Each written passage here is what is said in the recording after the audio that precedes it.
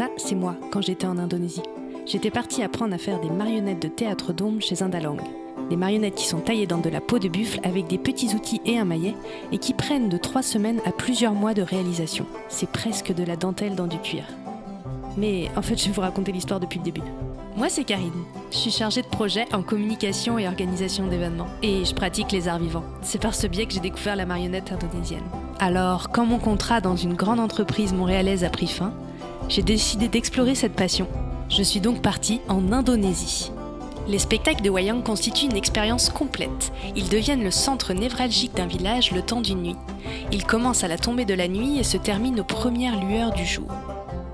8 heures durant lesquelles le dalang chante, conte l'histoire, manipule une centaine de marionnettes et dirige un orchestre de 30 personnes.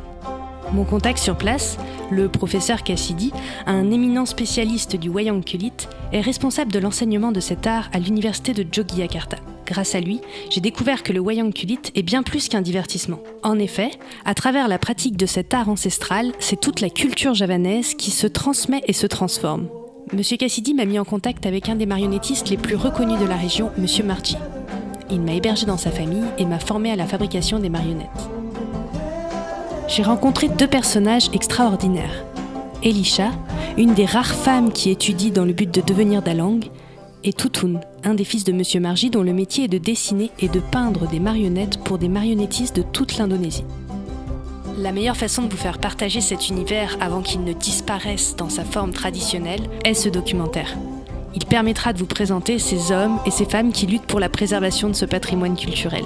J'avais l'histoire, les personnages, le sujet, il ne me manquait plus qu'à trouver les partenaires pour réaliser ce projet. J'ai donc fait appel à des amis. Thierry, producteur de documentaires aux États-Unis, fournira le matériel et le soutien technique nécessaire. Sébastien, caméraman en France, sera le chef opérateur. C'est ici que vous entrez en scène. On a besoin de fonds pour financer le projet. Payer l'hébergement, le transport ou encore les frais d'un traducteur sur place. Si vous voulez plus d'informations sur le documentaire, les membres de l'équipe, ou si vous voulez connaître les cadeaux que vous recevrez en échange de vos dons, vous pouvez consulter la page ci-dessous. Puis si vous voulez participer autrement, vous pouvez juste partager cette vidéo. Merci beaucoup.